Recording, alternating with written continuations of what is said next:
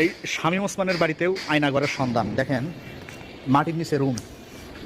এগুলো কি জন্য দেওয়া হয়েছে? এই যে এটা হচ্ছে মাটির নিচে, এটা কিন্তু রুম। এটা ওই ভিতর দিয়ে ওই দিক দিয়ে এর ভিতরে মানুষ রাখতো। যদি তার বিরুদ্ধে কেউ কথা বলতো তাহলে হয়তো এখানে তাকে শেষ করে দিত।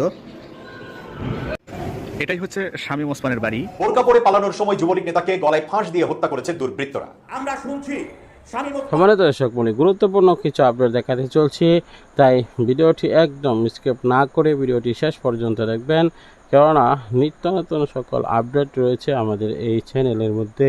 তাই একেবারেই সকলের কাছে অনুরোধ করছি না টেনে শেষ পর্যন্ত দেখতে থাকুন।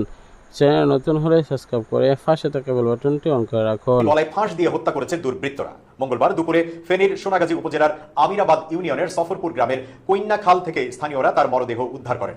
ওই যুবলীগ নেতার নাম মুশফিকুর রহিম মিশু। তিনি ফেনী সদর উপজেলার ধলিয়া ইউনিয়ন যুবলীগের দফতর সম্পাদক। স্থানীয়রা জানান, মিশু যুবলীগের রাজনীতির পাশাপাশি ধলিয়া ইউনিয়ন পরিষদের চেয়ারম্যান আনোয়ার হোসেন মুন্সির ঘনিষ্ঠ সহযোগী ছিলেন।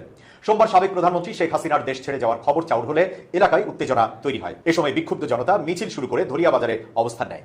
খবর পেয়ে তিনি বাড়িতে আত্মগোপন করেন। সন্ধ্যায় একদল দুর্বৃত্ত মিশুর বাড়িতে হামলা চালালে তিনি প্রাণ ভয়ে পালিয়ে যান। স্থানীয়দের ধারণা, প্রাণ বাঁচাতে মিশু বোরকা পরে পালানোর সময় দুর্বৃত্তরা তাকে আটক করে গলায় ফাঁস দিয়ে হত্যার পর মরদেহ খালে ফেলে দেন। সফরপুর গ্রামের এক বাসিন্দা জানায়, মরদেহ উদ্ধারের পর খবর পেয়ে নিহতের স্ত্রী ঘটনাস্থলে পৌঁছান। এরপর তিনি মরদেহ বাড়িতে নিয়ে যান। ঘটনাস্থলে পুলিশ অথবা আইন শৃঙ্খলা বাহিনীর কেউ আসেনি। সোনাগাজী মডেল থানার অফিসার ইনচার্জ সুদীপ রায় জানান, যে স্থানে মরদেহ পাওয়া গেছে সেটি ফেনী মডেল থানার। তাই আমরা ব্যবস্থা নিতে পারি। এই বিষয়ে জানতে ফেনী মডেল বিদেশে পালিয়ে গেছে। কোন সূত্রে আমরা শুনছি এখনো পর্যন্ত বর্ডার ক্রস করতে পারে নাই। আমরা সরকারের কাছে বলে রাখতে চাই, যদি দেশের বাইরে গিয়ে না থাকে কোনোভাবেই যাতে আর বের হতে না পারে সেই ব্যবস্থা আপনারা করবেন। পরবর্তীতে যদি বের হয় আমরা তো অবশ্যই খবর পাবো। সমস্ত দায় দায়িত্ব আপনাদের নিতে হবে। কারণ যেই শেখ হাসিনা অসংখ্য হত্যাকাণ্ডের খুনি হিসেবে পরিচিত, চিহ্নিত, আপনারা ইতিমধ্যেই তাকে দেশ থেকে পালানোর সুযোগ দিয়ে আপনারা অপরাধ করেছেন, আপনারা জঘন্য অন্যায় করেছেন। তাকে শাস্তির আওতায় আনা থেকে আপনারা বিরত রেখেছেন। তাই আপনাদের হুঁশিয়ারি করে দিতে চাই, আপনারা পরবর্তীতে যা করবেন হিসাব করে করবেন। জনগণের বিরুদ্ধে গিয়ে কোনো অবস্থান গ্রহণ করবেন না। আমরা যে বিষয়টি লক্ষ্য করছি যে এই যে বিভিন্ন সেক্টরগুলো আওয়ামী লীগ এবং ওসমান পরিবারের তারা দখল করেছিল, ইতিমধ্যে বিভিন্ন বিএনপির লোকজন এই হাট ঘাট মাঠ পরিবহন ইত্যাদি ইত্যাদি তারা দখল করা শুরু করেছে। আপনারা কি মনে করেন? আমি বিএনপির নেতৃবৃন্দকে সেখানে বলতে চাই, এদেরকে সামাল দেন। শেখ হাসিনার পরিণতি দেখেন, আবার বাংলাদেশকে সেই জায়গায় নিয়ে যাওয়ার চেষ্টা করবেন না।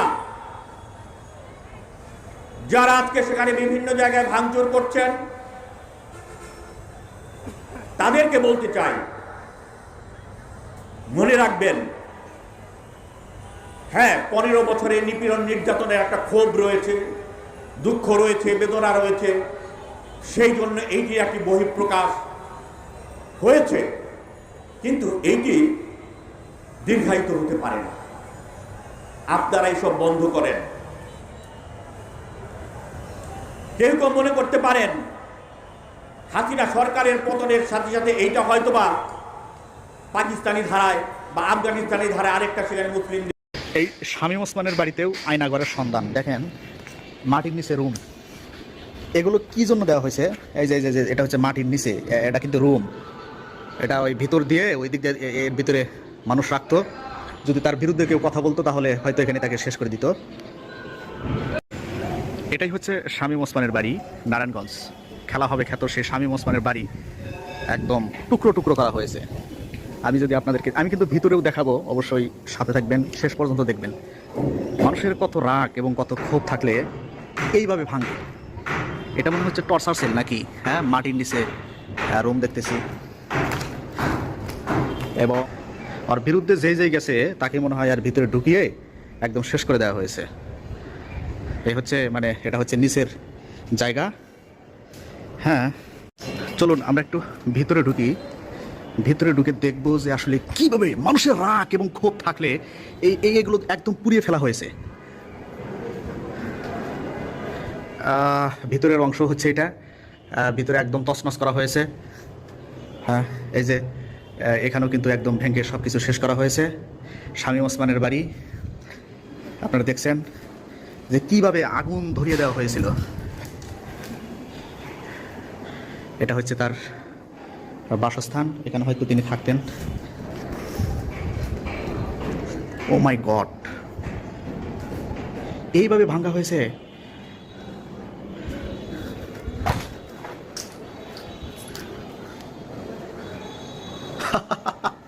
শামীম, খেলা হবে, আয়। আজকে তোর সাথে খেলতেছে জনগণ। কই তুই পালিয়ে গেলি? বোরখা পরে পালিয়ে গেছে। এটা হচ্ছে আপনার রান্নাঘর।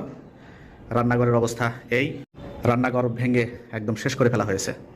আমি একটু চেষ্টা করতেছি দোতলায় যাওয়ার জন্য। আমি জানি খুব রিস্ক, কেননা এটা ভাঙ্গা হয়েছে। কখন যে উপর থেকে ছাদের অংশ একটু যদি মাথার উপর পড়ে তো আমি শেষ। এটা হচ্ছে উপরতলার দৃশ্য। এটা হচ্ছে তার বাসস্থান, একদম শেষ করে দিয়েছে। শামীম ওসমানের বাড়ি। হ্যাঁ, স্বৈরাচার সরকারের পতন হওয়ার সাথে সাথে শামীম ওসমান দেশ থেকে পলায়ন করেছেন, ইতিমধ্যে সেটা আপনারা জানেন। শামীম ওসমানের পলায়ন করার ভিডিওটি সামাজিক যোগাযোগ মাধ্যমে তুমুল ঝড় সৃষ্টি করেছে, ভাইরাল হয়েছে। সামাজিক যোগাযোগ মাধ্যমে শামীম ওসমানের ভিডিওটি ভাইরাল হওয়ার সাথে সাথে তার বাড়িঘর হামলা করেছে, ভাঙচুর করেছে, তার বাড়িঘরের সম্পূর্ণ একেবারে উড়িয়ে দিয়েছে, গুড়িয়ে দিয়েছে। পরিশেষে তার বাড়িতে গোপন একটি কক্ষ পাওয়া গিয়েছে, সেটা কেউ জানতো না। পরিশেষে এক সাংবাদিক সেখান থেকে গোপন তথ্যের মধ্যে জানতে পেরেছে সেই। সম্মানিত দর্শক মণ্ডলী, সম্পূর্ণ ভিডিওটি দেখলেন। অবশ্যই ভিডিও সম্বন্ধে আপনাদের মূল্যবান মতামতটি কমেন্টস বক্সে জানাবেন। ইতিমধ্যে অবগত আছেন, দেশ কিন্তু দ্বিতীয়বার স্বাধীন হয়েছে।